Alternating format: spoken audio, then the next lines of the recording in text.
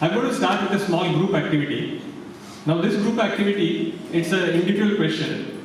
But what you have to do is, don't worry about sharing the answer. So I'm not going to ask the answer what you have written for it. So it is your personal private journal that you are writing.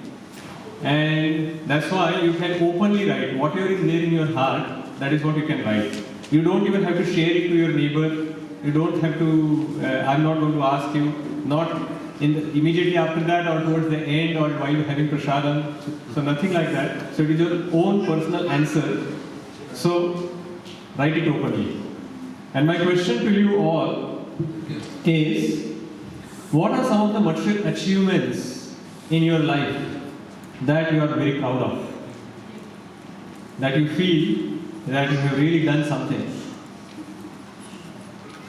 And it can be multiple things. For example, some education. You may be very good at education. Or you may have earned a good bank balance on your own strength. Or you could have gained some name or fame, or some position or power somewhere, or you have acquired some property, and maybe you are victorious in some of the conflicts.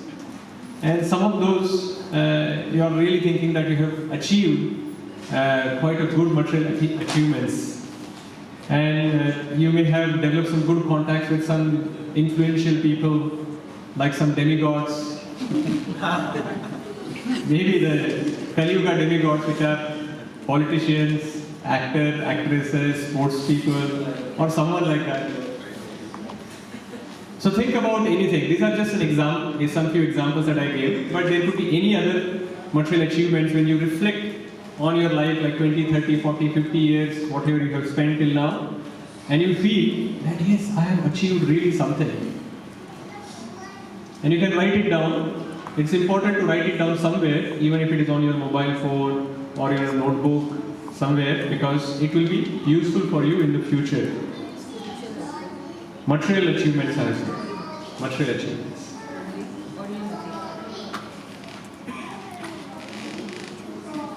Yes, madam. What if you don't have any achievement?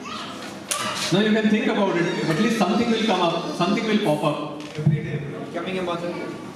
Every day is it. So just write top 3 then. If there are lots of them, then just write 3, 4. Is there any other question here? No?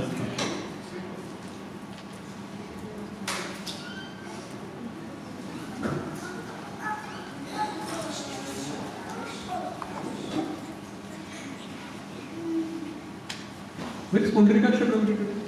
Online. Online? What happened to him? I was not feeling well. He was so.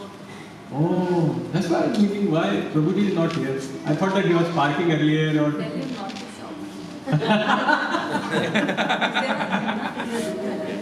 Can you say it again? Anand is saying Prabhuji not to shout at Mataji.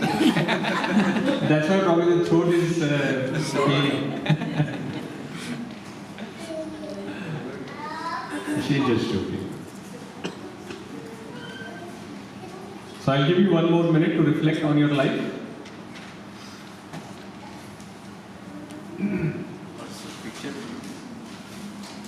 It's a group activity, na Prabhuji? They are individually sitting there and thinking.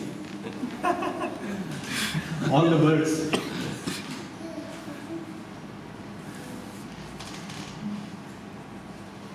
That's my imagination of group activity.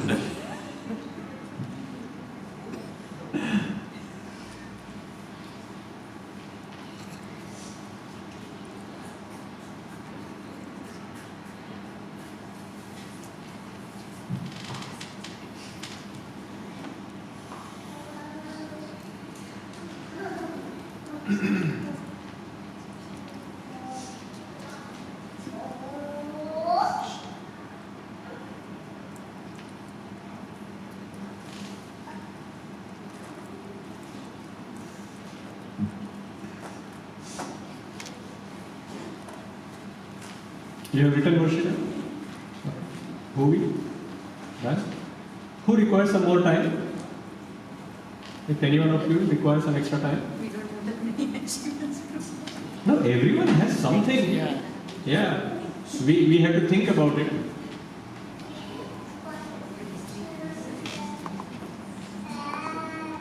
The devotees on Zoom, they have written their own.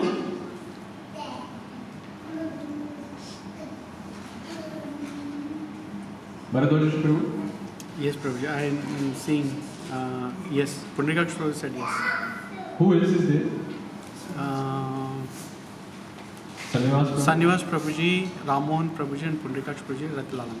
Okay, Ratilal Prabhu. Fine. All right, I cheated. Now tell me. No. I'm just joking.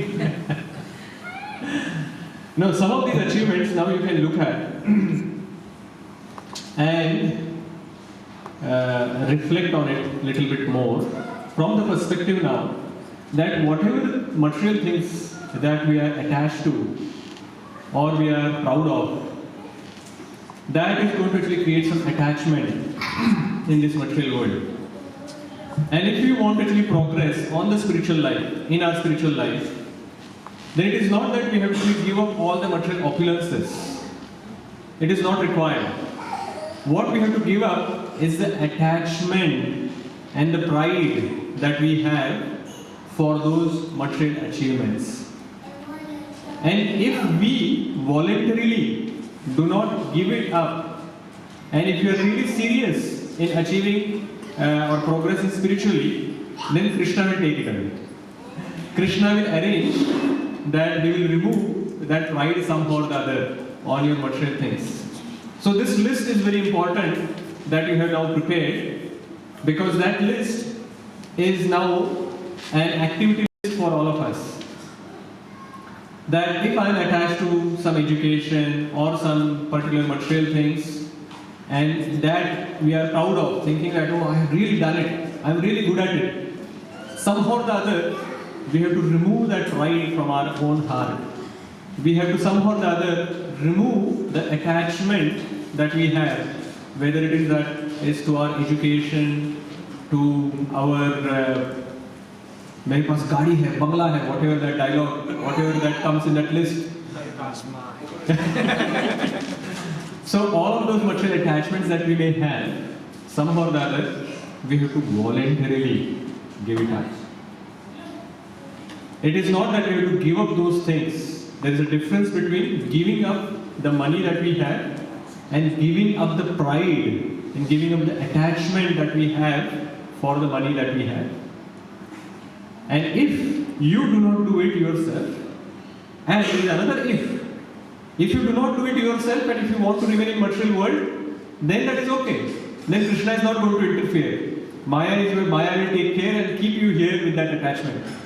But somehow or the other, you are on both sides. You are very seriously having this desire to progress in your spiritual life, and somehow or the other, you are keeping the material attachment for some of your achievements and you are proud of it. Then Krishna will make you humble, forcefully, and you may not like it that way, and you may not be very advanced to take it that way. So it is better that now that we have a list, somehow or the other, now you start trying to reduce your pride in it. And it is simple. How can we actually remove our pride in some material achievements? What are some of the ways that we can do it? It is simple for me to say that, oh, get rid of your pride or get rid of your attachment for some of your material things. How can you do it? Looking at those times when you've tried to achieve something and you haven't been successful. Very good, yeah. So it is not that by your own effort you can take it, you can get something. Because if that was the truth, then every time you make some effort, you have got success. But aren't there some situations when you try to achieve something and you fail? That means it is not only you and your effort which is responsible for giving you results. Is there someone higher than you?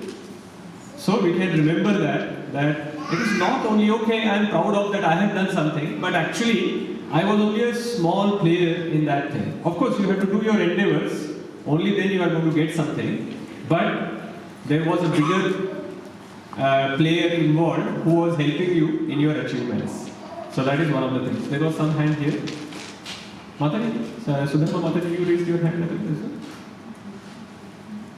No? I definitely saw one hand coming up on this side. Or was that in the second row? No? Okay, anyone else? Yes. Do not endeavor more, or if you are losing something, do not worry about it. Yeah. So we can actually take it as Krishna's arrangement. Again, it is similar, but extension of it. When something good is happening, at that time also we can think that it is Krishna's arrangement. And if something bad is happening, we can just say that it is okay, Krishna's arrangement, somehow or the other, I have to receive this. So take it as a mercy on both sides. We don't have to just take it as a mercy when Krishna gives us something. Because when Krishna is taking away, at that time he is giving us something, which is probably humility, which is good, some tolerance, which is good. Because otherwise we have the situations where we can actually, as devotees, where we can get these opportunities. So that is there. What else we can do to take out this pride and attachment that we have? I think keep us more towards spirituality in the sense like read more of the scriptures, like where you can know like whatever we are getting is temporary. We are not going to take it when we go. So and you look at people who are more better than us. Like if you're proud of small thing like what you have, think of. Okay. So multiple points Mataji has mentioned. One is that if you think that you have a lot, then look at those who have more than you. Then your pride will automatically grow.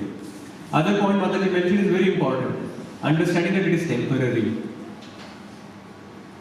That when you came on this planet, maybe that situation was already there, the gold, wealth, property or whatever was already there. When you go from this planet, it is still going to be remaining there. So what is yours? What are you actually proud of? Isn't it?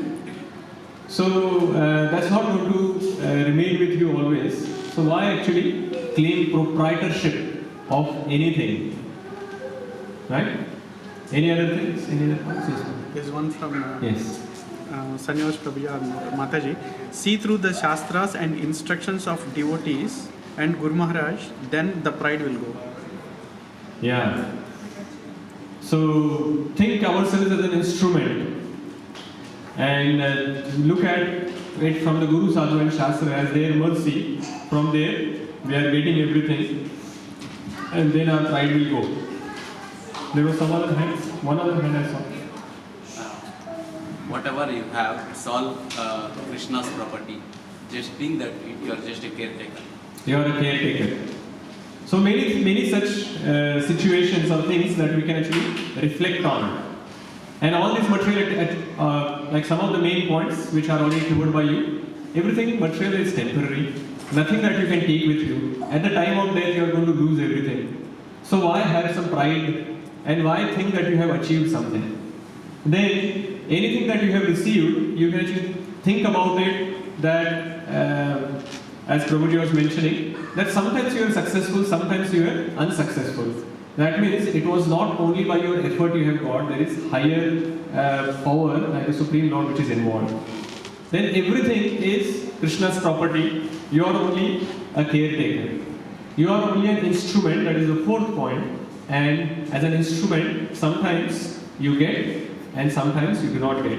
And always you can pass it on, the credit to someone else. Like you can pass it on to your, if best is you can offer it to Krishna and you can think that oh, by Krishna's mercy I have received it.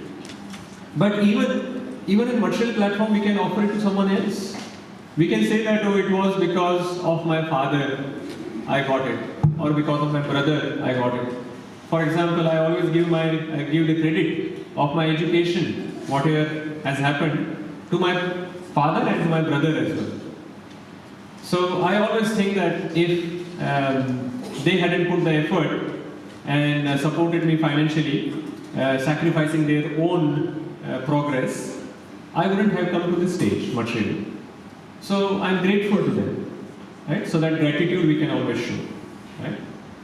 So from that perspective, there are many other aspects that we can do. Of course, and there are other things that we can give up some portion of it.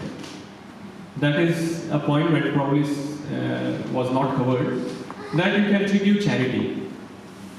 Charity also helps, and charity can be of money, charity can be of property, charity can be of the credit that you are thinking that is yours. So many things that you can do like that. How that will reduce your pride? Yeah, because you are attachment, right? So I'm saying that there are attachment and pride. If you are attached to something and if you try to give away a portion of it, then that attachment you are reducing. Because if you are too much attached, you will not want to give it up. Like the people who are misers, they will keep everything to them. Like the knowledge they will keep to them, the money they will keep to them. They will not share it with anyone. But those who are generous, then we can easily see that they are not attached to their wealth or whatever, and that way they are able to part to that. Of course, some more pride can come because of charity. That's a different part, but at least the attachment will reduce. And for reducing the pride, there are other things that we mentioned. Okay? Okay. Ruti, are you chanting? Sure.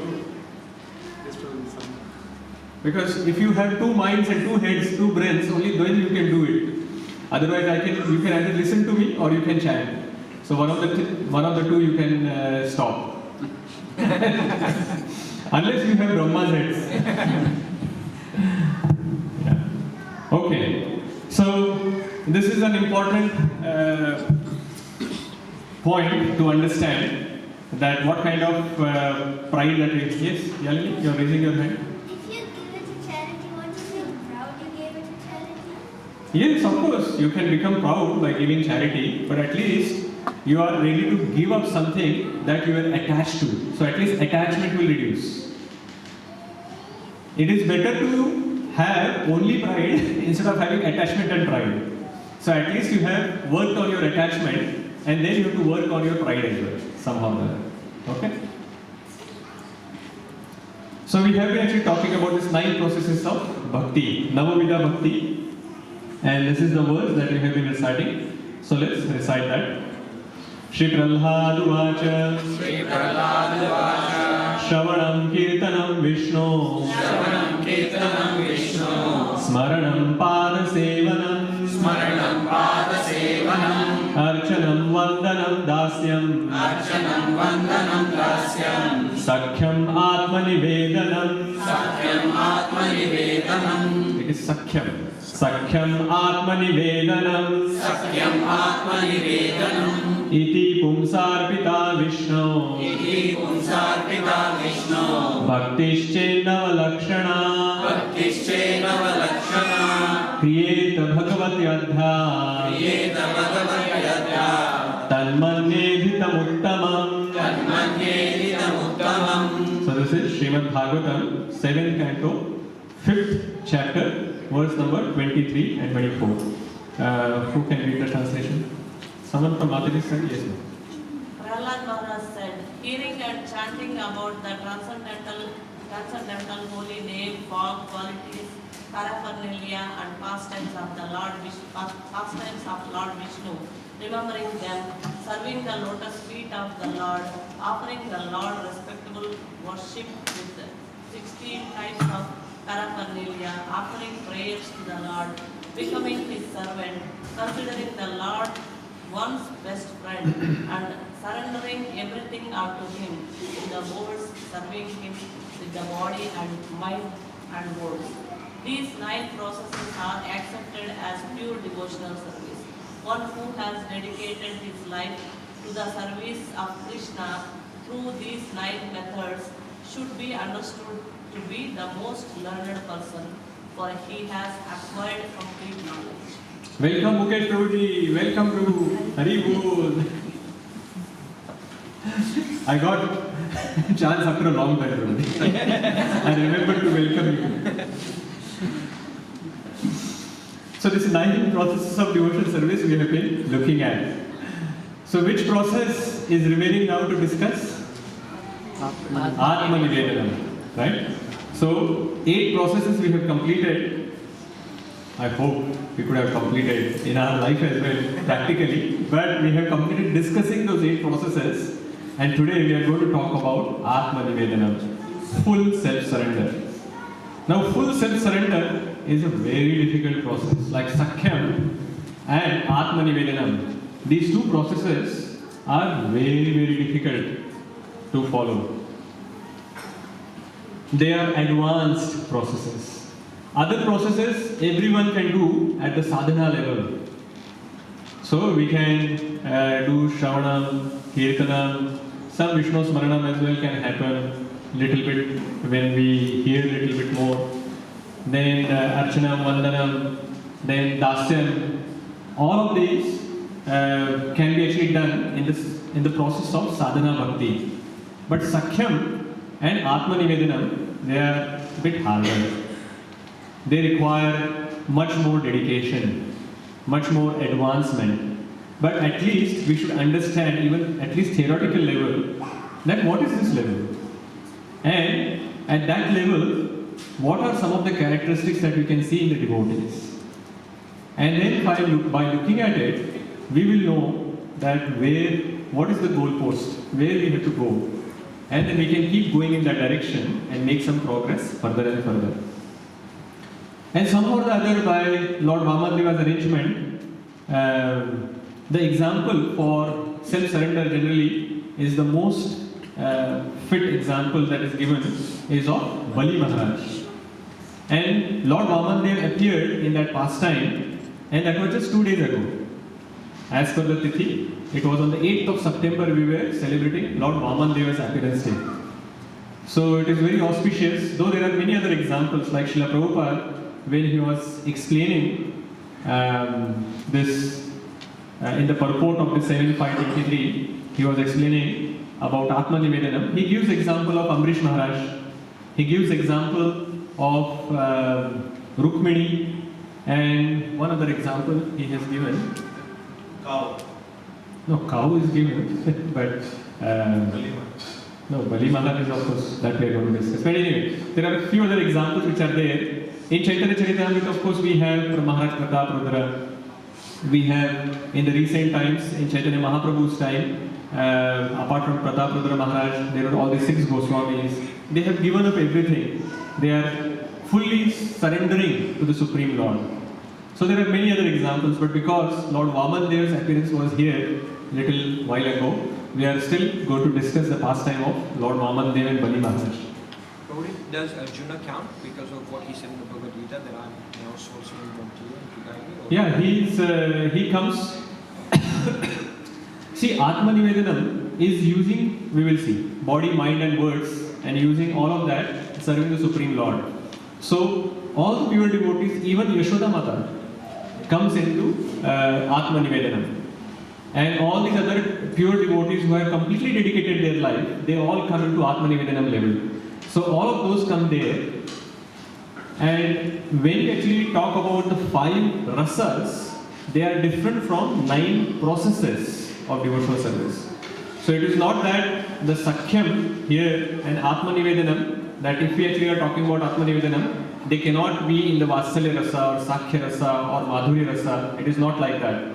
So let's not get confused. These are the 9 ways that we can serve the Lord. But while serving in the 9 processes, we may have a particular mood towards the Lord, which is the rasa. So that we can still have Vatsalya rasa and we are doing Atma Nivedanam. We can still have Madhurya rasa or Sakhya rasa, but we are doing Atma Nivedanam. So that is there. It's not. Prahlad also give up his father's kingdom. Yeah, all the Mahajanas that we have discussed, like the 12 Mahajanas, they are also a very good example of Atma Nivedanam. So, when we were discussing 12 Mahajana series as well, somehow or other by Krishna's arrangement, I was discussing which Mahajan? I discussed 2, and one of them was Bali Maharaj. Swayambhuva Manu and Bali Maharaj I got to discuss. So it looks like it is Krishna's direction to me. He is trying to bring me to this pastime again and again to teach me something. So I use this opportunity to reflect a little bit more and meditate more on this pastime than I spoke about it last time. Last time as well, when we were talking about Bali Maharaj, it was in Kartik month and Bali Pratiprada was in the same week.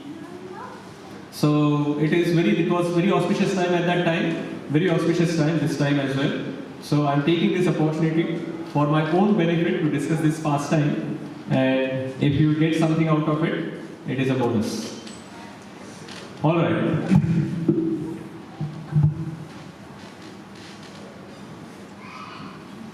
So always in this Navavida Bhakti series that we have seen, that the main important point is always remember Krishna, never forget Krishna. All the other things are secondary to this main rule. So we have to always remember this. We have to remember this, that the main rule is always remember Krishna, never forget Krishna. If you actually do that, then everything will fall in place. We don't have to actually bog down by the rules and regulations around it and forgetting the main rule, which is always remember Krishna, never forget Krishna. So it's just a reminder for all of us.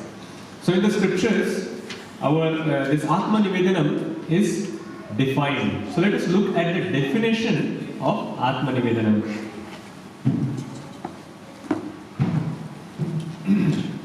So this definition comes in Hari Bhakti Kalpalatika. Hari Bhakti Kalpalatika, 12th chapter, first verse is this one. Krishnayarpita dehasya nirmamasya anahankritehe manasastat swarupatvam smartam atma nivedanam actually it is smritam atma nivedanam krishnayarpita dehasya nirmamasya anahankritehe manasastat swarupatvam smritam atma nivedanam. Who wants to read one of the children? Can you read the translation?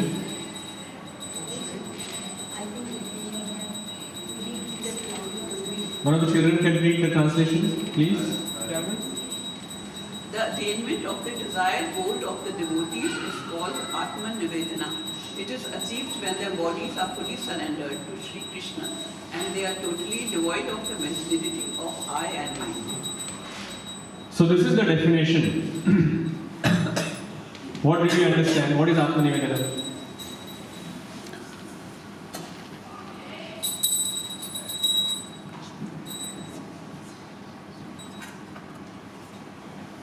Krishnayarpita dehasya.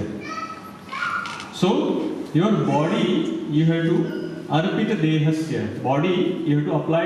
Arpit means you have to offer to whom? Krishna. So you have to use your body in Krishna's service. So that is Krishnayarpita dehasya. And Krishna has already said the definition of bhakti is that Rishikena Rishikesa Sevanam Bhakti Ruchyate. So a person uses his senses in the service of the controller of the senses. That is called bhakti. That means you have to use your body in Krishna's service. Right? So that is simple. Then the next part is nirmamasya. Nirmama. Nirmama means not mine. This is harder.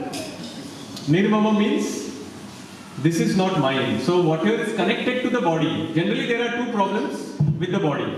One is we think that I am this body, and then we think that anything that is connected to this body is mine. And whatever I do is mine. So that is nirmama. Nirmama means we have to actually give up that attachment. That this is mine, that is mine. So your mind needs to be controlled here. So first we said that the body needs to be offered to Krishna. Now your mind needs to be offered. How you can offer the mind? Two ways. Nirmama. Nirmama means you have to give up the attachment that this is mine. And anahankrita. Ahankrita means we have this pride that I have done something, I have achieved something. We have to give it up. Ahankrita. That means you have to give it up the attachment.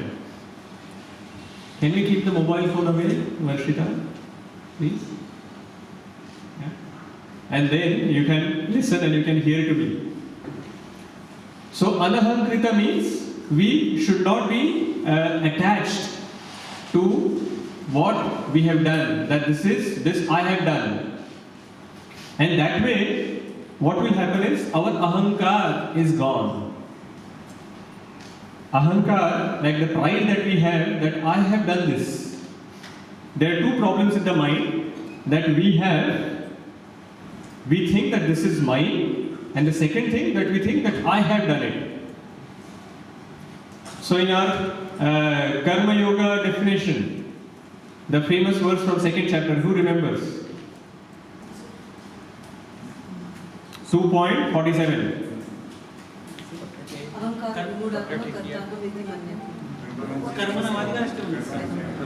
Karmate Adhikaraste. You would know, Varshita? You remember? Yeah, you can say. Which verse is that? Full verse. Karmane.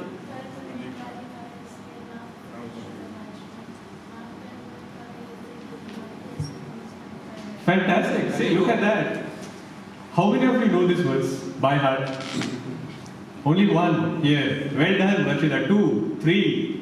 Come on. I know half in the full translation. Okay, you can say translation. Oh, see, this is the problem, dude. If you have the adults and children together, and then will keep reminding me that her children are the best. Come on. They have a clean mind, probably they will grasp everything quickly. They will have. Why we have complicated our mind? Anyway, Prabhuji, translation. You have right to perform your duties, but you are not entitled to the fruits of your actions. Half the translation only. Half verse and half translation. You said you know the full translation, huh? They perform all activities, just I need to perform all the activities, offer them all to me.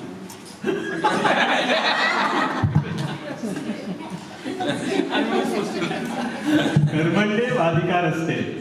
That means we have the right, we have adhikar to do our duty. But there are three things we cannot have.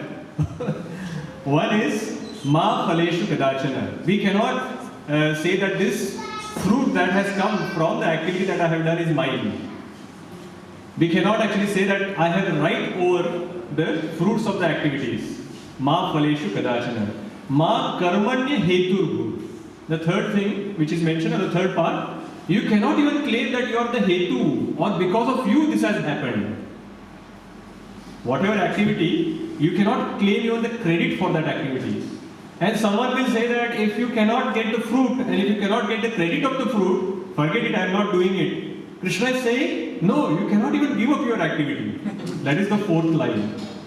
So one thing that you can do, which is you can keep on doing your duty. Three things you have to actually be detached. One is the fruit. The second one is that the credit for that.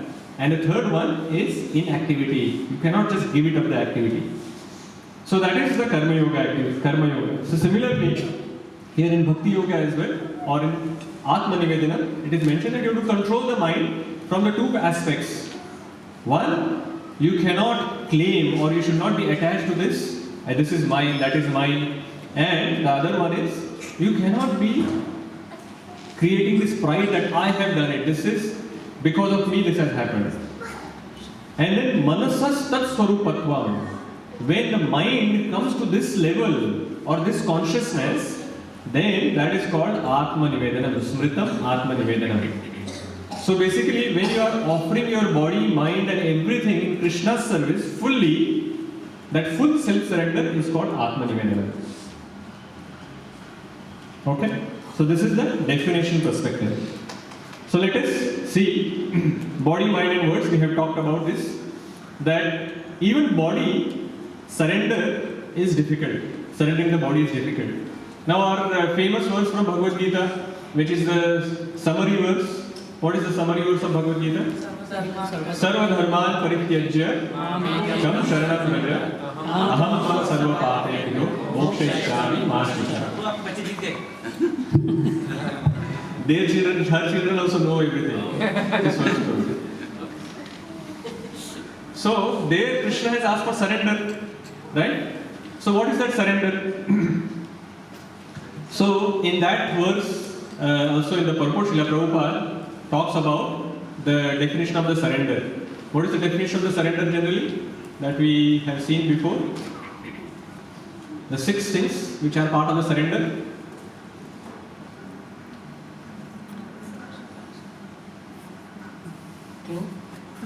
Starts with Anu.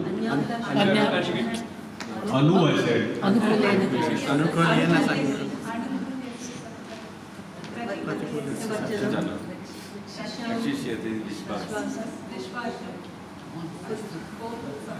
Gopatrukte Varnam Tatha. 4 items I have covered. 2 are remaining. Come on, all of you remember that verse by hearted it. Remember that? Do you remember that you have remembered it before? Memorized it? Atma Nivedanam Karpande Shadvidha Sharanagati. So Anukulasya Sankalpa Pratikulasya Varjanam Rakshasiti Vishwaso Gopatrutve Varnam Tatha Atma Nikshepa Karpanya Shadvidha Sharanagati. So Akshepa means that you are resisting something, and Nikshepa means you are completely surrendered, and Atma Nikshepa means self-surrender. So there as well, for the full surrender in the definition, Atma Nikshepa, which is not different from Atma Nivedanam, is mentioned. So if you want to fully surrender, that has Atma Nivedanam is also included, that is required. You cannot resist Krishna's will. You cannot put yourself forward that I want to do something. No, if you are in Atma Nikshepa, then it is like a sold out cow. The example that Manmohan Krishna Prabhuji was mentioning earlier, it comes in the purport of that verse that we were seeing, 7.523. That Srila Prabhupada talks about a cow which is sold. Once a cow is sold to the owner, does the cow have to think about where my grass is going to come? No, right? Everything is taken care by the owner. Even if the owner doesn't take care, what choice cow has? If she is bound to some rope somewhere and the owner doesn't give food, she has to just remain there. There is no other choice.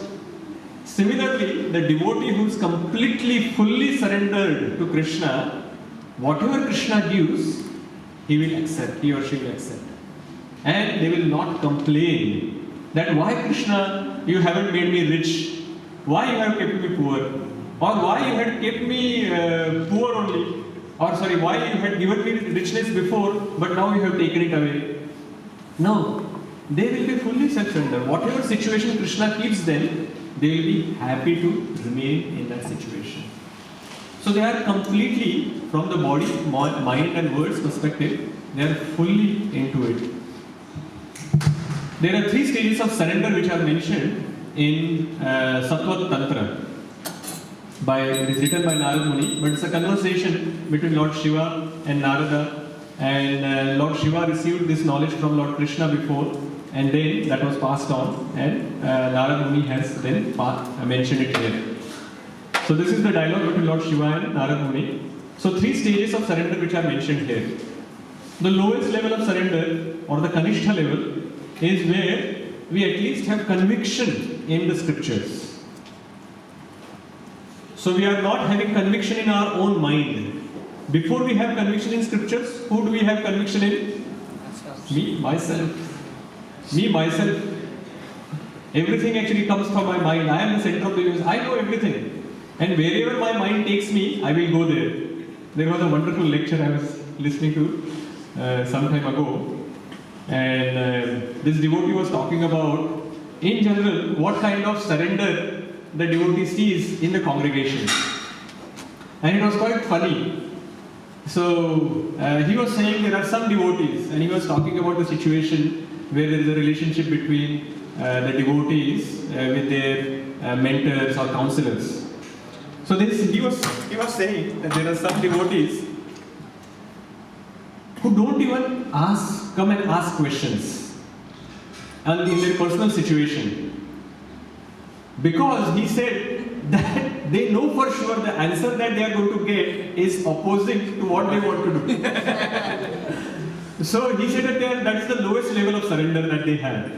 Because they already know that I want to do something which they know is not what Prabhuji or Mataji is going to give me advice on. So why go and ask? So many devotees do like this, that they will not go to their Shiksha Gurus or their counselors or they will go to their spiritual masters, Diksha Gurus and ask a question because they know that if I ask, I will be doing Guru Avidya. I will be going opposite. Because I have already decided, my mind wants to do this.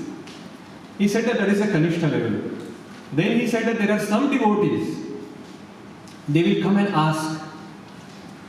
But they have said in their mind that they want answer as yes only. So they will come with an expectation that when I ask this question, answer has to be yes. And if the answer is not yes from this Prabhu, then I will go to some other Prabhu. Till I find the person who gives me answer as yes, what I want now it is matching. Then at least you have this conviction. This Prabhu said, I am actually following his direction. But actually there is no difference between the surrender that we saw in the first level and the second level. Because in both situations, what are we going with? Our own mind. Wherever our mind's chariot wants to take us, we are going there. And whenever we ask the questions, we always expect that I want this answer as yes. And any other answer is not acceptable. Then he said that little bit higher than that, or much advanced than that, is that some devotees are genuinely coming and asking some questions. Of course, they have a particular inclination and they want the answer to be a particular thing. But even if the answer given to them is opposite to what they want, they will be unhappy, but they will still follow what the decision or whatever answer that they have received. He said that this is much, much better.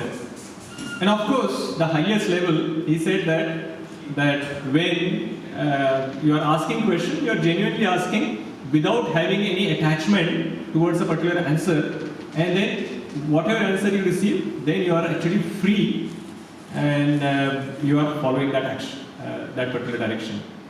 And when I heard that, I said, wow, everywhere the situation is same. I will just keep quiet after that. So some devotees at this level, his conviction is in scriptures. That is the Kanishta level. They are now have understood that I don't want to actually go with only in the direction of my mind. I will follow the direction of the scriptures. So this is a good level of surrender.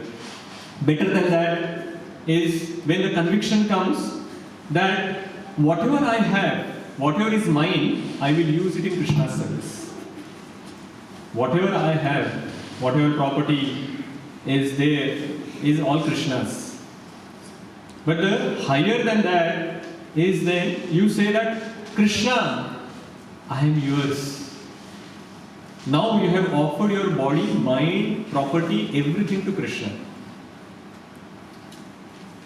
But after this third level as well, the highest level, there is even one higher level, which is of the purest of the devotees, where they say that Krishna, you are mine. So, the third level was that Krishna, I am yours. But Yashoda Mataji is not thinking that Krishna, I am yours. She is thinking, Krishna, you are mine. I have to make sure that you get good samskaras from me. And you have to actually get food from me. So she is thinking that oh, Krishna, their attachment to Krishna is so strong that they are actually thinking that Krishna is there.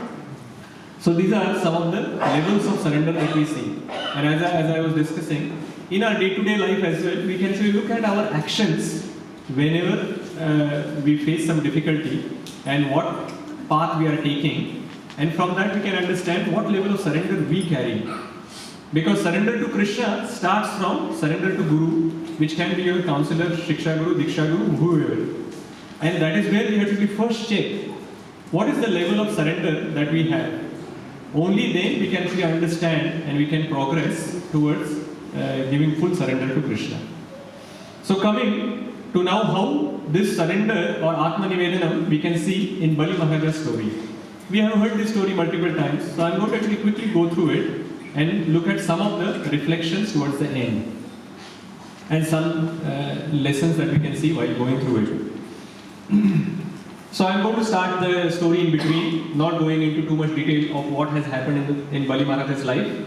But let's understand that at a particular time, Bali Maharaj was defeated by the demons, by the demigods, because they have drunk Amrita.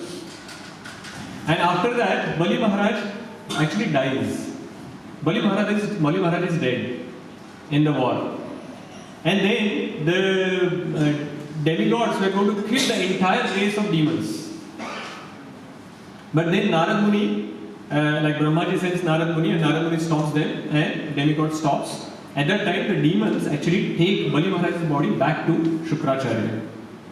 And Shukracharya, by his potency, he has this Sanjeevani mantra. By this Sanjeevani mantra, he gives new life to Bali Maharaj. Now imagine a person who has brought you back from your death. That is the position of Shukracharya for Bali Maharaj. So Bali Maharaj has died. By his Sanjeevani mantra, Shukracharya's Sanjeevani mantra, Bali Maharaj is now again back to life. And Bali Maharaj is very grateful. And he is serving Shukracharya very nicely. And when he comes back to life, he is not morose about the defeat that he has actually gone through from the hands of demigods, mainly Indra. He is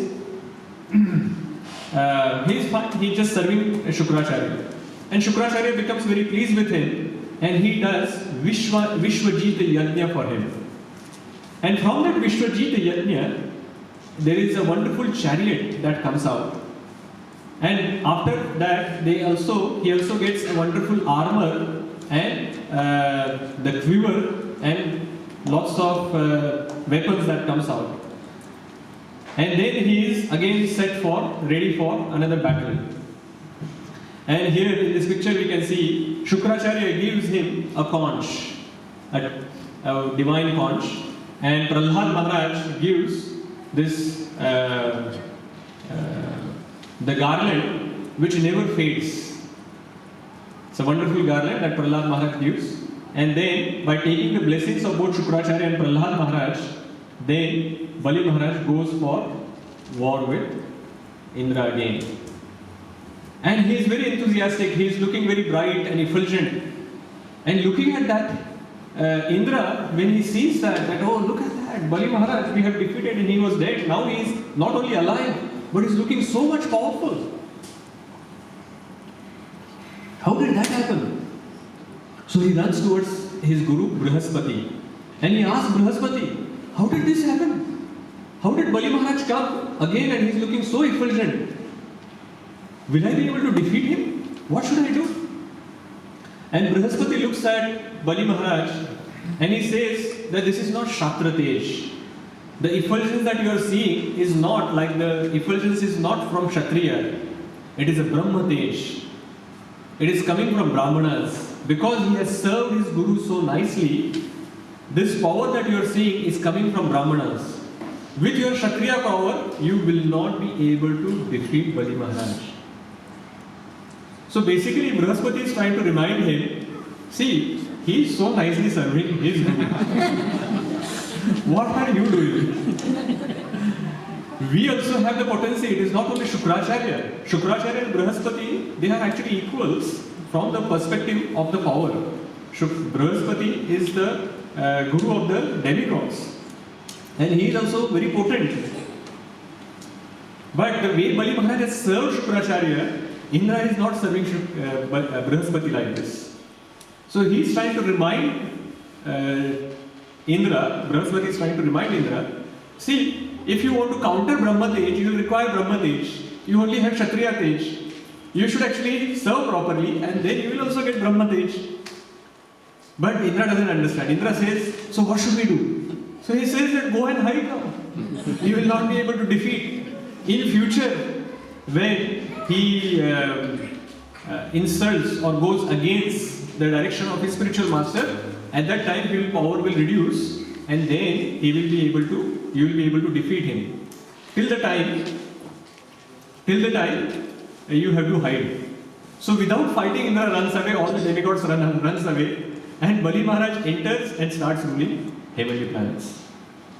So one very important understanding or the lesson that we can learn is by blessing of the spiritual master, we can achieve all success and we can get progress. We cannot actually in the spiritual life, we can get progress just by our own endeavors.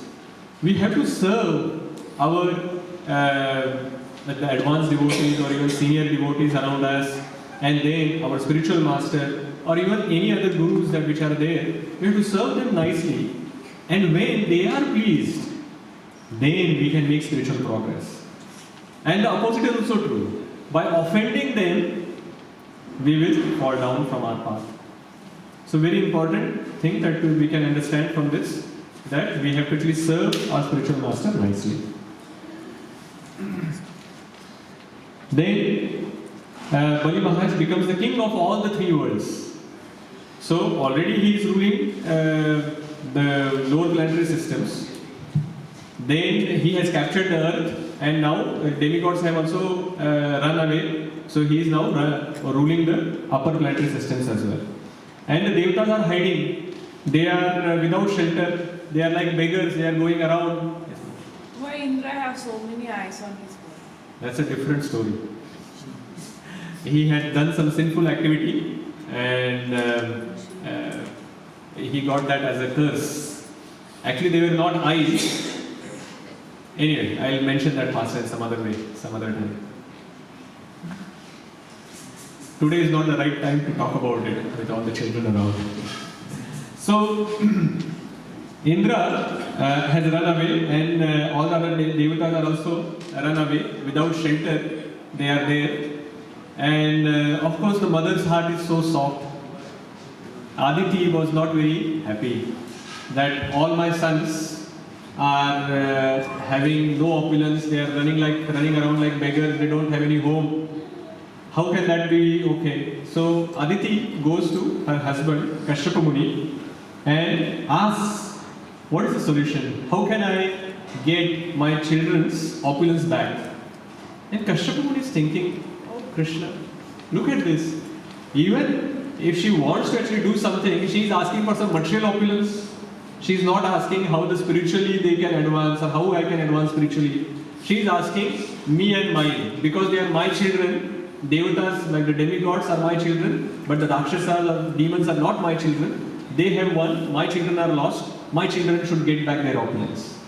So Kashyapa Muni was thinking that, oh, I have to teach this disciple or my wife here in this case as per her level of understanding, as per her level of spiritual progress. So he decides to give her Payovrata. And by doing the Payovrata, he understands that by giving the Payovrata, by worshipping Lord Vishnu like this, she will be purified. And she will be doing devotional service and she will progress. So he gives the direction that for 12 days you have to do this Payovrata, and after that Lord will be happy with you and he will give darshan. So that is what she does. Aditi does it very faithfully, and after 12 days, after following this vrata properly, Lord appears in front of her. And when the Lord appears in front of her, then she says that I want this opulence back for my children. And the Lord says that actually they have been defeated by the Brahma Teja. They have served the Brahmanas very nicely. And I cannot take them away. Your children are not going to be successful in it. But now that you have done this Payovrata, I will appear myself and I will take it from them somehow or the other. And then he takes the form of Vaman Dev, a dwarf form. Very beautiful dwarf form. incarnation, Lord Vamandev appears. Prabhuji, before that you said that Rata will purify her mind. But still again she's asking the same thing. Yeah, Mother. So it is partial purification. That she has actually seen the Supreme Lord himself, like herself, and from that she has got some benefits. And we can actually see in future as well, she will, by worshipping and doing Vamandev's, by having Vamandev as her son, she will progress further in her spiritual life. But in this particular pastime, she has actually performed whatever she wanted to ask, she has asked. You remember she has to only done 12 days of Vrata, Mataji. By 12 days of chanting, do you become pure devotees? No, there is some progress that she has got by Krishna's arrangement and by Kashyapa Muni's Payovrata. Somehow or the other, she has got the benefit of seeing Lord himself. But there is still further progress to be done. So Vamandev has appeared. And when Vamandev appears, that all the demigods know that now our Savior has come. He is going to get all our opulences back. So they are very charitable at that time. They are giving everything that Vamandev requires. So when Lord Vamandev appears, then Sun God comes and gives Gayatri mantra to Vamandev. Then Brihaspati comes and gives the sacred thread to Vamandev. Kashyapa Muni, his father, he gives the belt, the straw belt that he is putting around his waist. Then Mother Earth came and gave the deer skin that he is wearing. And an umbrella that comes from all the Devatas. And Moon God, he gives the Brahma Danda that he is holding. And the 7 sages who come, and the 7 sages give this Kusha grass.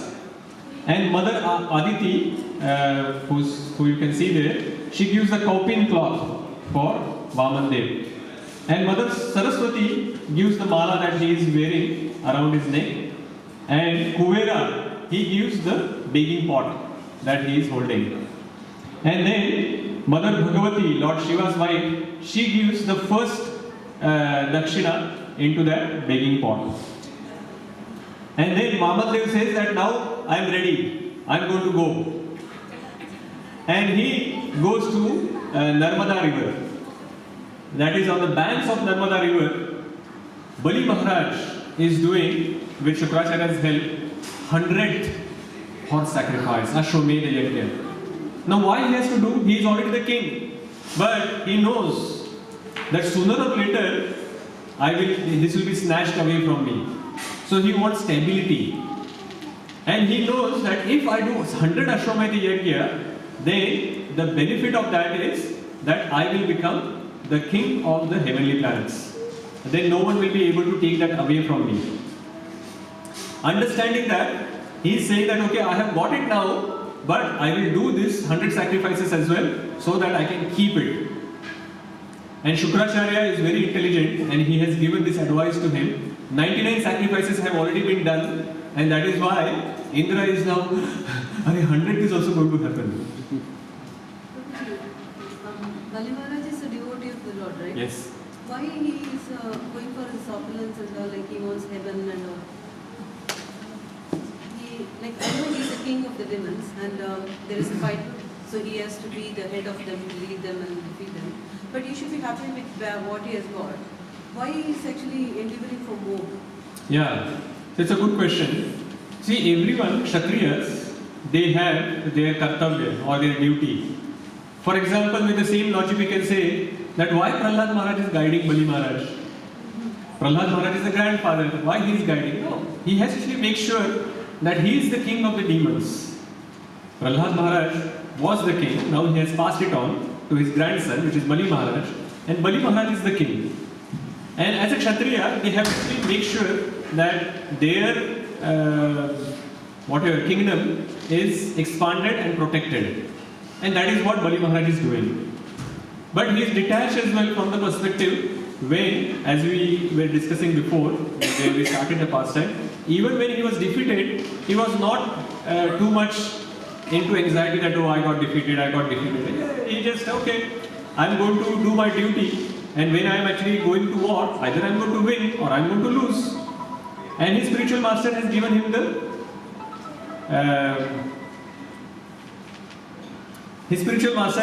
this advice that you do 100 Ashwamedha Yajna and you will be victorious and you will remain this. So it is a good activity, right? Doing Ashwamedha Yajna, it is worshipping the Supreme Lord only. Because all the yajnas are actually offered to the Supreme Lord. Now, many people do the yajnas with some material desires. So that is what is happening here. That he is doing the devotional service with material desires. The purification, the complete purification has to happen yet. And it is going to happen very soon. It is not far away. That is where he is going to do Atma Nivedanam. He has not at that Atma Nivedanam level yet. He is going to think about it and then do it knowingly. So, Vamandev has come to the banks of Narmada where Bali Maharaj is doing this 100 Ashwamedha Yajna to make his position steady. And when Vamandev appears there, he is so effulgent that the Brahmanas who were doing the Yajna, including Shukracharya, they were also very effulgent, but they were nothing as compared to Vamandev in front of Vamandev's effulgence. And they looked at him and they thought, who is this boy? Is he like the Sanat Kumar, like these 4 Kumaras? Or is it fire? Or is the sun has appeared here? So they were very, very surprised to see such an effulgent boy which has come in front of them. And Bali Maharaj is very happy. And Bali Maharaj gives him a seat, offers him a seat, and then he also offers him worship. And they all stand up, they welcome him, they give him wonderful seat, and they wash his feet, and then they are, Bali Maharaj, after washing the feet, he takes that water and puts it onto his own head. And Srila Prabhupada mentions in the purport, in the 8th canto where this pastime is happening, that because Bali Maharaj followed another Mahajan, which is Lord Shiva, who takes the water of Ganges, which is also coming from the lotus feet of the Supreme Lord, on his head. Similarly, Bali Maharaj has also taken the water which has washed the feet of Vamandev onto his head. He said that because he followed another Mahajan, he became a Mahajan. So he has washed the feet, lotus feet of Vamandev, and very respectfully he has taken that water and put onto his head. And that activity has started his journey towards Mahajan. He is going to follow another Mahajan very soon. So he has done that. And he, very wonderful prayers that he offers. And then he asks, please let me know now, how can I serve you? So, he's saying that you are a Brahmana, if you want you can take a cow from me, or I can give entire Dvipa to you, like the entire, island to you. Or I can give you a lot of gold. Or if you want to marry someone, I can also give you some Brahmana girl, and then you can marry. And all of that I can offer you. So from this we can actually understand how Atithi needs to be served. So Bali Maharaj is teaching us how a guest needs to be treated. First of all, when the guest comes, we have to actually make sure that we are offering some seat. If the seat is not there, at least offer a mat. If the mat is not there, at least clean the place and let them sit there. After that, offer some water, offer some food. Like that we can actually, and give some gifts. And that is how we can welcome the guests properly, so that guests are pleased. And of course, Bali Maharaj also offered sweet words to his guests. So this is all the things we can learn from Bali Maharaj, how to appreciate and welcome our guests. So once that is done, Vamandev also now praises Bali. He says that you are such a wonderful king. You are the grandson of Prahlad Maharaj. He is a devotee, pure devotee of Krishna. He says not only that, Shukracharya, who is a Bhargava, He is your advisor. And your words, look at that, like your words are very dharmic. And you are very charitable. And in your dynasty, no one has said no to give any charity to anyone. He's praising it nicely. Of course, it is all truth. He is not actually saying something. Of course, he is actually making sure that he doesn't go back onto his word by praising him and reminding. See, remember, all your ancestors, they were very charitable. And once they have said that they are going to give charity, they have never went back onto their words. So it is glorification, but also setting the scene, what is going to happen.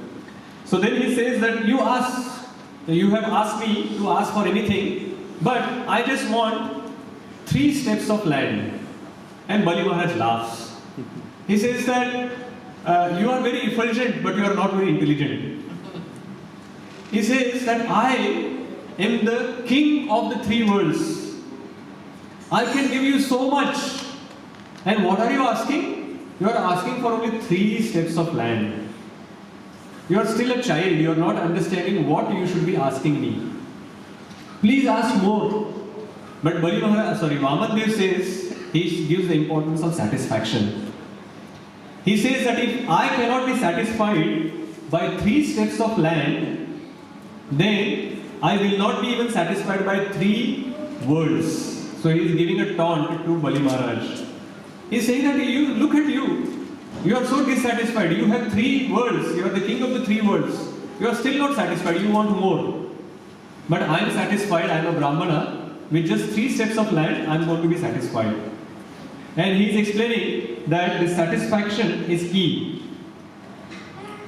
So he is saying that when one is satisfied, the power and power comes from satisfaction, but the peace of mind comes from satisfaction, but a person who is not satisfied will always be miserable.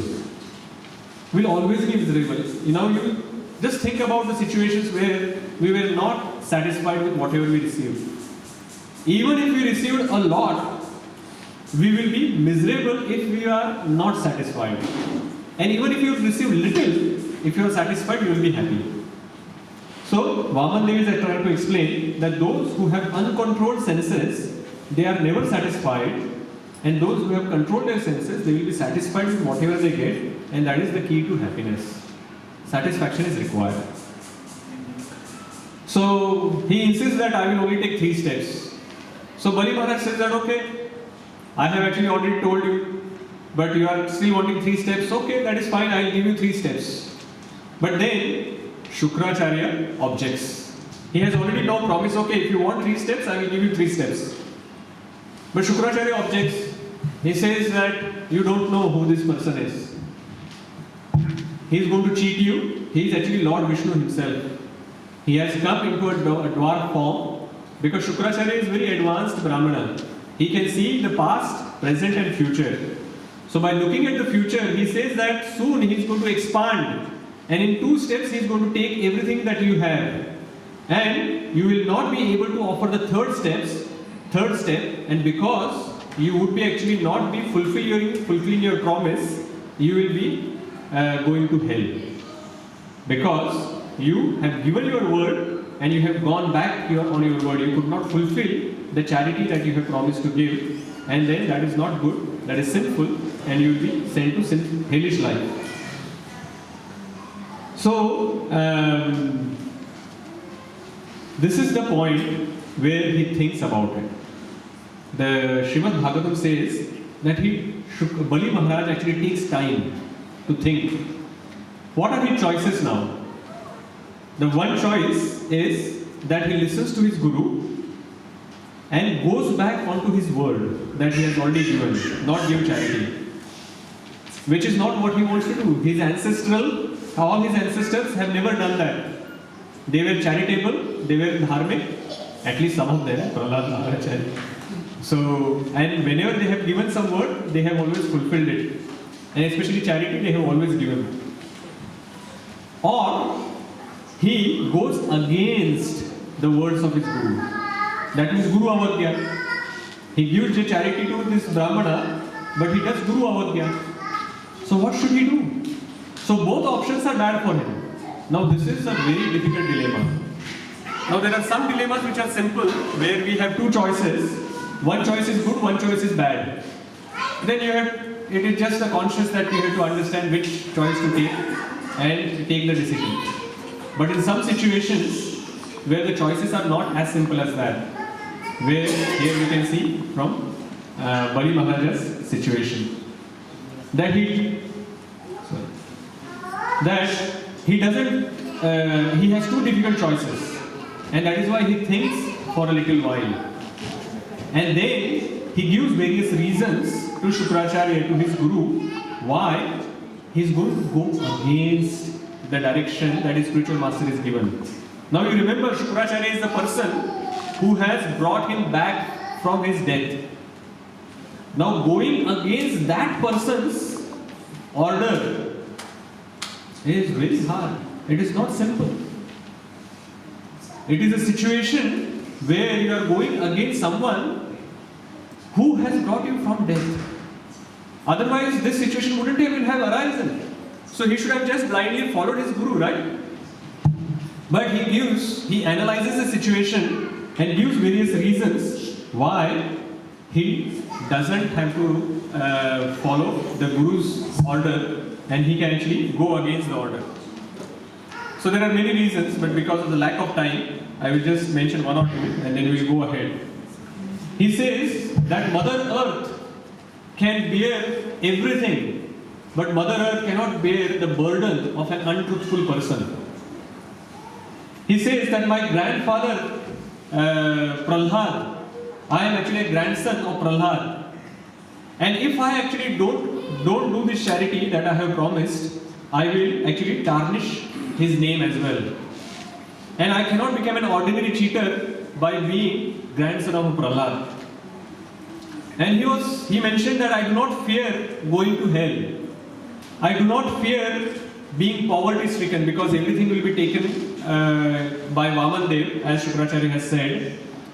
I don't even worry about the distress that I am going to get, but I worry about going against and dissatisfying this Brahmana. And finally, the main reason he gives, that all the yajnas and everything that we do for Lord Vishnu, the Supreme Lord. So if the Supreme Lord himself has come here and he is asking for these 3 steps of land, and even if he takes everything, what is the harm? So for that, I am going to give this charity. And Shukracharya becomes very unhappy with this and he curses. He says that because you are going against my order, I am asking you to not give this charity. Because you are going against my order, you are going to go to hell. He says, okay, fine, I will still give. And he actually takes his kamandalu, because the idea is that you have to take some water and offer the charity. But from the kamandalu, now Shukracharya says that, okay, the last ditch effort, I will block the water itself. So he becomes a small thing, it doesn't say frog, but he actually goes into a small body and goes and blocks the hole of that kamandalu, that water pot. Vamandev understands, he takes a kusha grass, puts it through that hole of this, and it pierces the eye of Shukracharya and he becomes blind on one eye. And then Shukracharya comes out of it, water comes, Bali Maharaj offers and says that, now please take your 3 steps of land. As you know, what happens after that? Vamandev, okay. One of the other lessons that is there is it is Guru's responsibility to give Krishna to others. But here we can see that Shukracharya is giving the advice to Bali Maharaj to not go towards Krishna but go against Krishna. And that is, at that situation, if you see, then in that situation you can actually reject your Guru. This is what Bali Maharaj has done. He has rejected his Guru because he gave the advice on going against or away from Krishna. So Vamandev has now... Just a question, yeah. Can I finish? Yeah, sure. It is already 7. That's why I put my hand down. Yeah. So Vamandev becomes big and big. And of course, as you know, from the first step, he covers the entire earth. In the second step, he actually covers entire the higher planetary systems, and with his hand and body he covers all the 3 worlds. Now he says that I have taken everything in the 2 steps. What should I do now? You said that you will give me 3 steps of land. Where can I keep my 3rd step? So everything is taken. No spot is remaining now where I can keep my 3rd step. So this is where actually when you can see this foot which is going, that foot actually pierces the material world covering, and from there the Karana ocean, the water comes, and that is the water of Ganges which comes, and then because that is washing the feet of the Supreme Lord there as well, and now Vamandev as well, demigods come to actually collect that water and to drink it, and also to take it to Swargaloka as Mandakini Ganga. So anyway, so because now the 3rd step he cannot give, so Vamanadev, so actually the first what happens is that all the demons, they see that, oh, Vamanadev had cheated our king, so they become very angry and they attack Vamanadev. But then suddenly Lord's other associates come and they kill all these demons who are attacking. But Bali Maharaj at that time is asking them not to fight, because he has willingly given, knowing very well, by Shukracharya had already told him what is going to happen. So he is saying that I have willingly given it, so don't fight. Then Bali asked them to stop. But Vamandev arrests Bali Maharaj using a Varuna Pash. As you can see, he is arrested.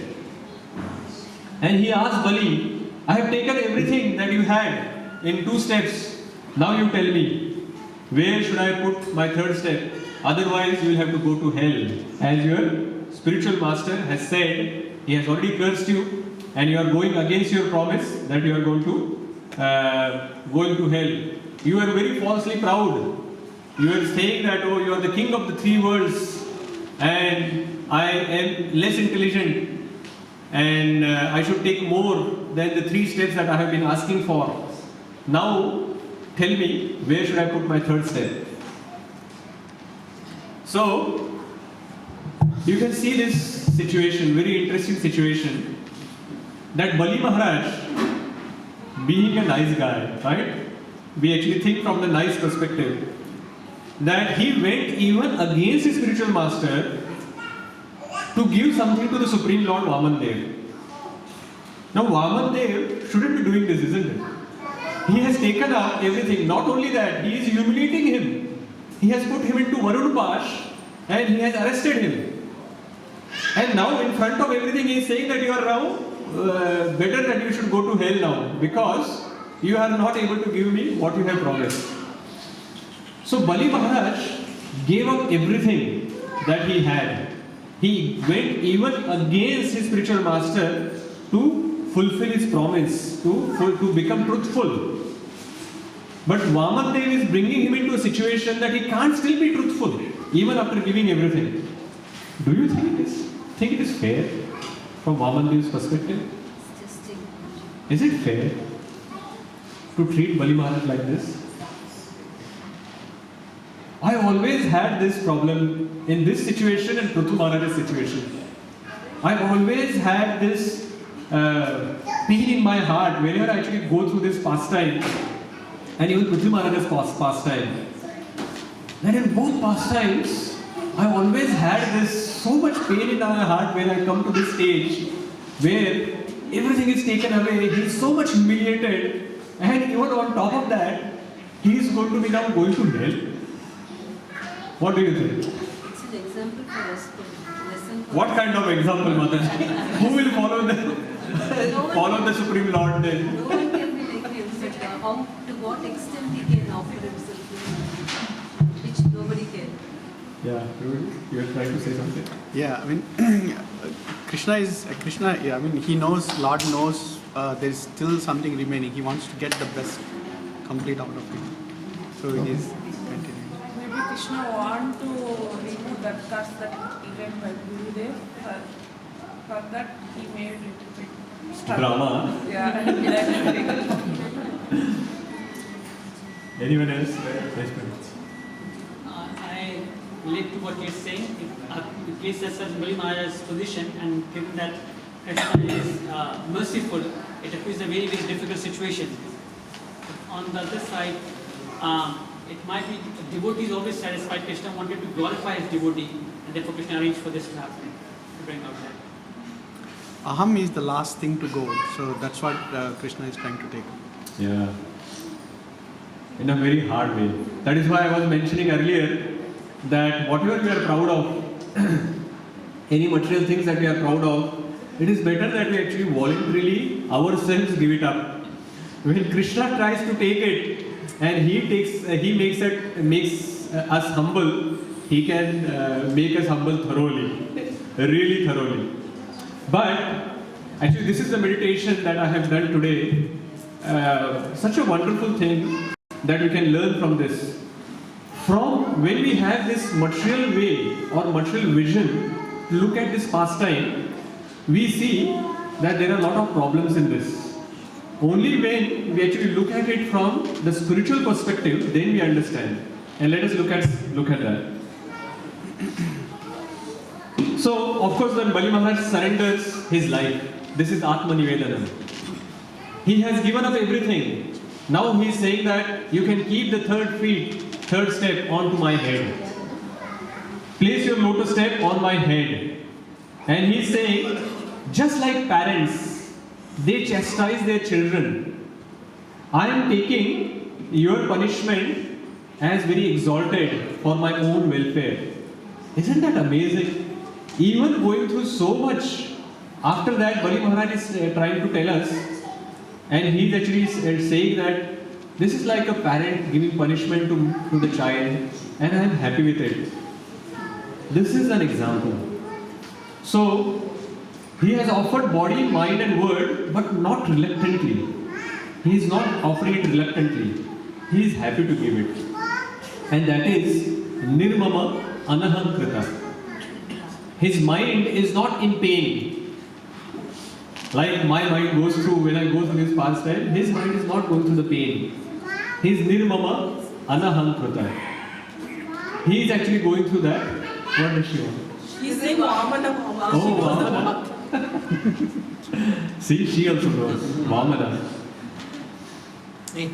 So you are, and Bali Maharaj is saying, you are the well-wishers of the demons.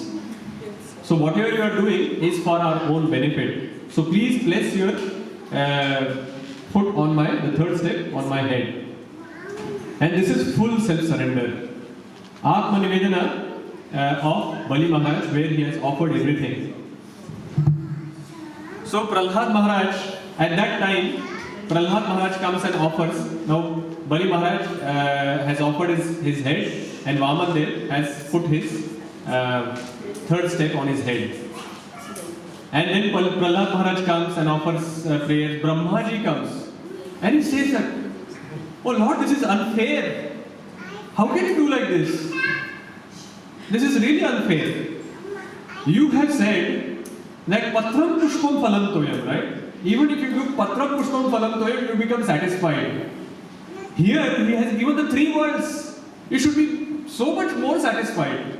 And you are going to send him to hell? This is not fair. And the Lord is thinking, Arre, Vakil bhi aa gaya, advocate has come now from Bali Maharaj. See, another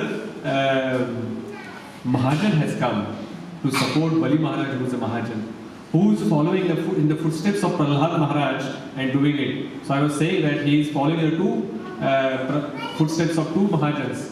Earlier Lord Shiva and then Prahlad Maharaj, that he has also surrendered himself just like Prahlad Maharaj to Lord Vamana Dev here. So, third Mahajan has appeared now on the scene, and third Mahajan is now saying that you should not be Vaman Dev, you should not be doing like this. He is such a wonderful guy, devotee, pure devotee.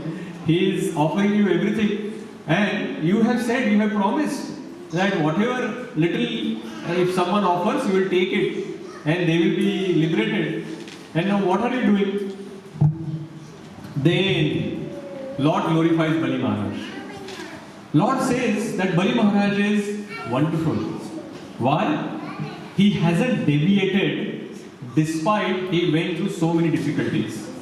And he lists the difficulties that he has put Bali Maharaj into. What are some of the difficulties? He said that Bali Maharaj lost all his riches. Whatever wealth had, he is lost. He lost his position as the king. Then he was arrested. Then he was defeated by enemies because the Devatas came and defeated all his people. So he got defeated as well. He got curse of a guru as well. So he went through that problem as well. And still, even after doing all of that, he still did not give up the religious path that he was following. And that is why it is said, Dharma to Sakshat Bhagavad Pranitam. And then Dharma comes from the Supreme Lord and Mahajanayana Gatastapantha. If you want to follow the Dharma, we have to follow in the footsteps of the Mahajanas. We can actually understand that no matter what situation we are in, we should always be surrendered to the Supreme Lord and not blame the Lord for whatever good or bad that you are receiving. So, Atma Nivedanam we can learn from Bali Maharaj. And then Lord gives lots of blessings to Bali Maharaj. What does he get? He will become king of the heaven as well. So, he was doing the 100 sacrifices as well, right? So, though his 100 sacrifice was not finished, he's saying that in the next, like after this Indra's lifetime is over, in the next Manvantara, he will become the king of the heavenly planets in the period of Savarni Manu. Till then, he will remain in the Suttala planet. Now, Suttala planet is not ordinary. The same person, same architect, Vishwakarma, who created heavenly planet, has also created Suttala planet. But the only difference is that heavenly planets, where the Lord is worshipped, in the lower planetary system, Lord is not worshipped. But in this situation, he says that you will be protected by me. Vaman Dev is saying that there you will be protected by me, and that planet will be free from mental and bodily miseries. There will be no fatigue, dizziness, defeat, and all these other disturbances will not be there in a Suttala planet for you.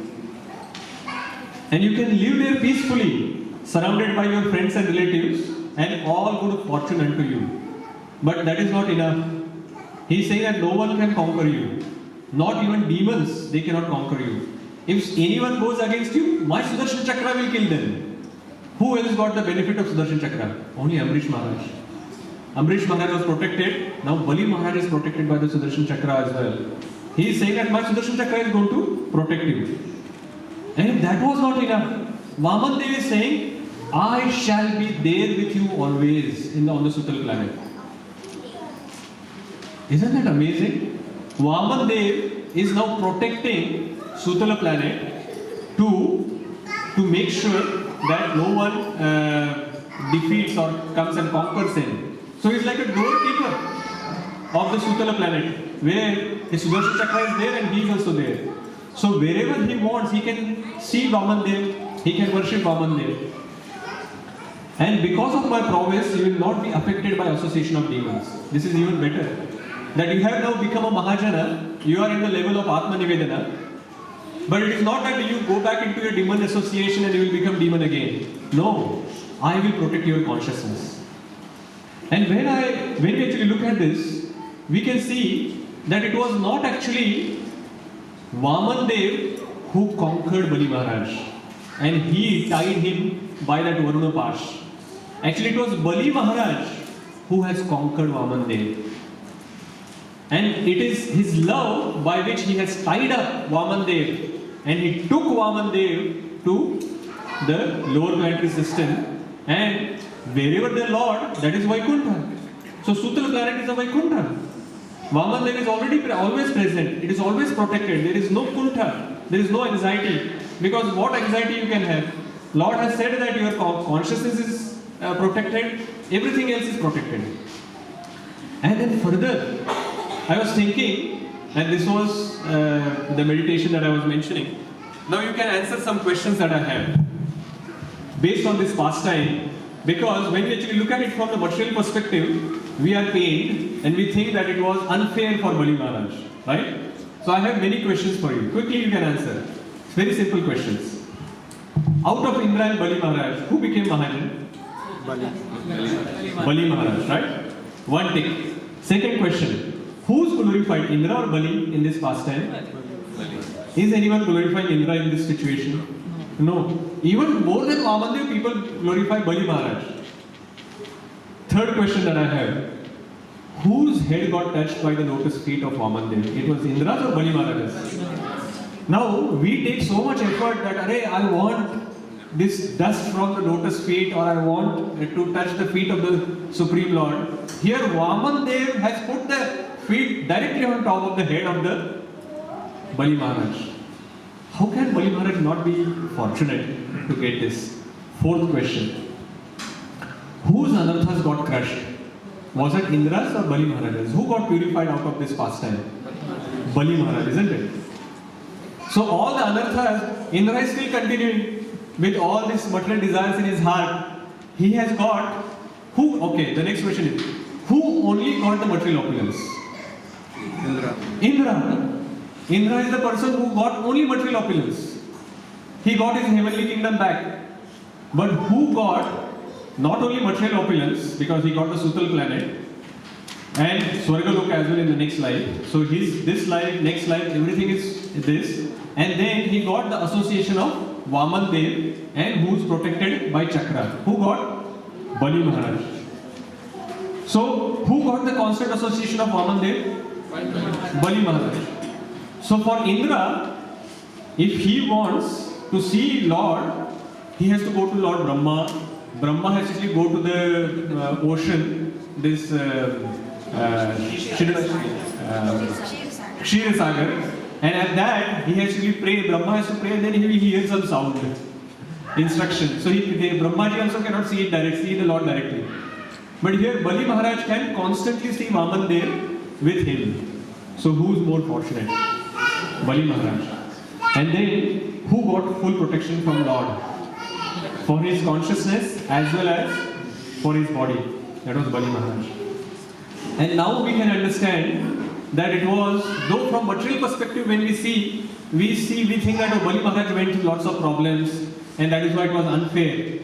But you can actually see that this is only our material perspective. We have to look at it from the spiritual perspective, and then when we see it from the spiritual perspective, we can see that it was not Bali Maharaj who got cheated. It was Indra who got cheated. Indra just got some material opulence, but everything else was given to Bali Maharaj through this pastime.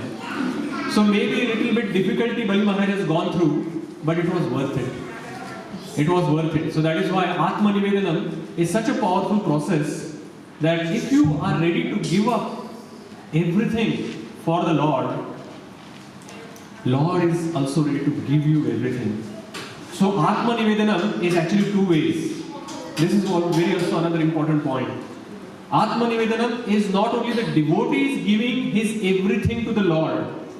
Lord reciprocates with the devotee, giving whatever he has to that devotee who is at the stage of Atma Nivedanam. So we should not focus on those material things that we are attached to. We should be ready to give up everything that we have, our body, mind, words, and anything that we have, like all the attachments that you have listed. Try to give that in the service of the Supreme Lord and see how amazing Lord will reciprocate. Try to come to that level of Atma Nivedanam. That is my only sincere request, and we will stop here. If you have any questions, okay. The Lord descends to glorify His devotees. May you see. Just to summarize, Atma Nivedanam means full self-surrender. This is the conclusion of Bhagavad Gita as well. Surrender your body, mind and words, that is Atma Nivedanam. And learn to surrender from the example of Bali Maharaj. And don't be pained in future when you are reading the pastime of Prithu Maharaj and Bali Maharaj, because it was Indra actually who got cheated. Bali Maharaj was the person who actually was successfully come out of that pastime and he got everything. And that gives my heart quite a lot of solace from today onwards. Hare Krishna. We'll go to the announcements. Maharaj Guru Ki Jai. Srila Prabhupada Ki Jai. Samaveta Bhaktivinoda Ki Jai.